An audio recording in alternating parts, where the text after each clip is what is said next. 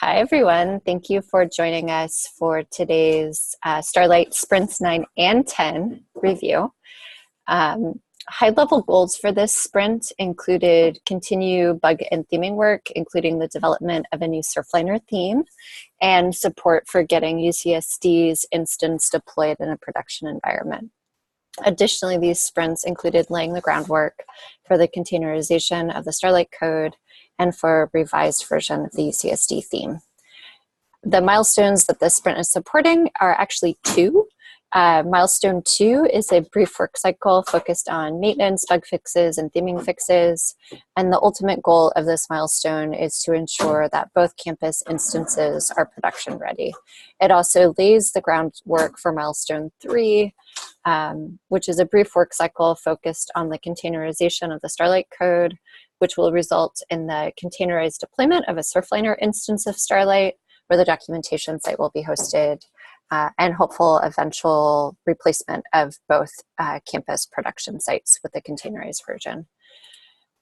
So accomplishments of sprints 9 and 10, we have a new Surfliner theme, which is super exciting. So that work started with creating a theme mockup that we ran by both the UCSB designer, but also both campuses to make sure we were okay with it.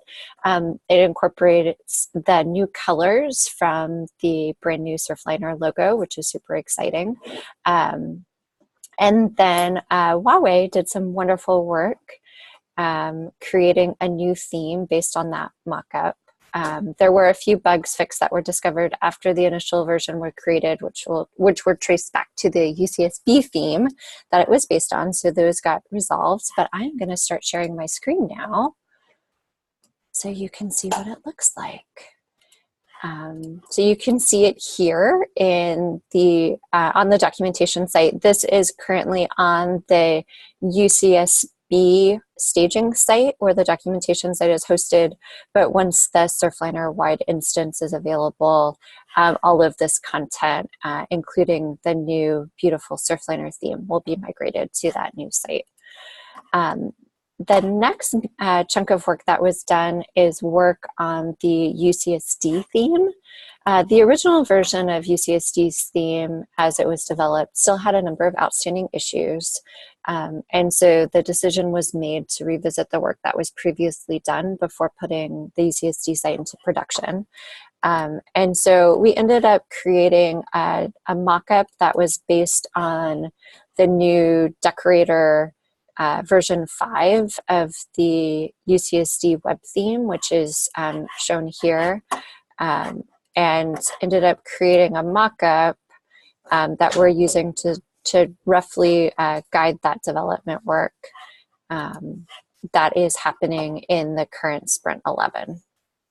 And one of the nice things about using this new version of the UCSD theme is it does allow UCSD developers to leverage the Bootstrap files provided by campus in using that theme. And this was similar to what was done successfully at UCSB by Alex when she was developing our initial theme.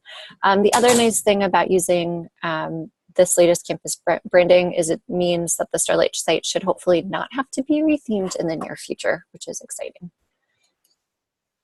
All right, so the next big chunk of work was on bug fixes, theming issues, and some continued user testing. So there were a number of theming fixes and bugs that were fixed during the last 2 sprints. The first was an issue where there was no visual separation between the tags. And for the most part, just assume if it affects the UCSB theme, it also affected the Surfliner theme. So the fix also resolves it in both of those themes. However, this was actually, I think, present across all themes, including the UCSD theme. So you can see that here the Barbara and postcards are running together, and down here it's just one big chunk. And now you can see that same image. There's now this visual separation between the two of them and also on the item view. The next theme was an issue with the overlay and the Carousel widget. We had previously added this nice gradient to help ensure that whatever text, whatever caption is there is visible regardless of the background color, whether it's dark or light. But the problem that was reported was that that gradient bar was still showing up even when there was no caption at all. And so that work was fixed. So you can see here, this is a version that shows the caption and the one down below does not. And also as part of that work, the little arrow indicators were moved into a new location on the image where they're actually visible. Previously, they were appearing above the image. So that was discovered as we were working on that piece. There was also a very minor fix just to fix the color of the copyright section of the footer and the Surfliner theme. This was missed by me during user testing. It was still on the UCSB Navy, and so it was just updated to be in line with the new theme. And then there was also a bug where embedded images on the UCSD theme just weren't showing up. And so that has also been fixed, as you can see here on the UCSD staging site. So now there's actually an image when you're using the content embed widget. There was also a number of maintenance work that was done. UCSD updated its Sidekick deployment process to use the System MD service that UCSD was using. Matt, did I say that right? System D, yeah. System D, sorry. I put too many M's in there. That's fine. And then we also added and documented the admin user setup for the development environment, pinned all the container images to a fixed version to avoid unexpected CI failures, and added a default CMD entry to the Starlight Docker file for Helm and Kubernetes usage. See, that's where I got the MD from. We also have a number of upstream pull requests that came out of work. And as mentioned oftentimes our upstream pull requests are outstanding for a number of weeks. And so in this case, this particular one is related to the work that we've been doing to allow Spotlight to use a IIIF server other than Riff, which is what is built in. And this is also to support our ongoing Orange Empire work. The hope is to be able to use the work from that project in our respective Starlight instances. But we're still waiting on a merger of that pull request from the upstream Spotlight team.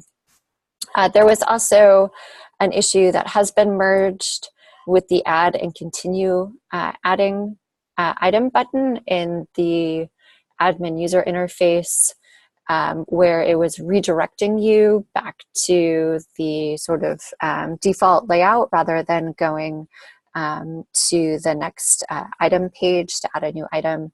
And so that was traced to an upstream bug, and that work was successfully merged. I'm going to stop sharing my screen now. We've also been doing some work, or we also did some work over the past 2 sprints to prepare us for the next sprint.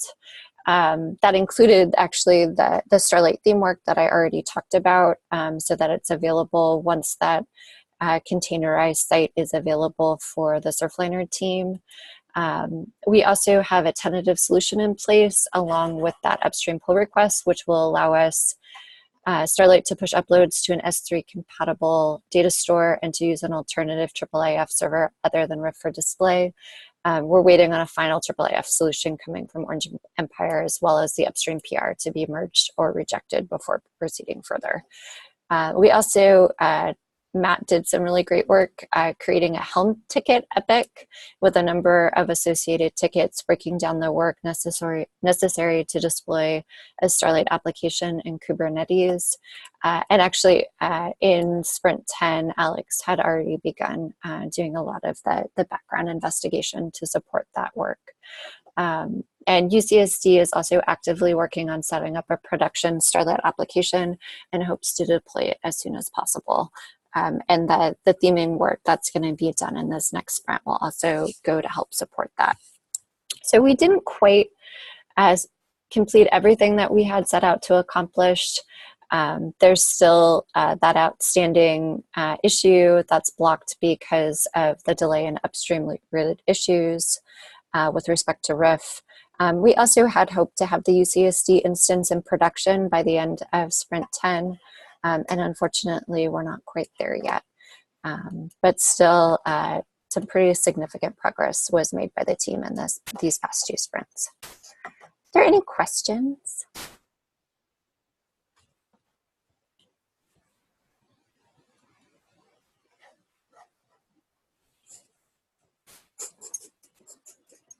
Just a silent dance party.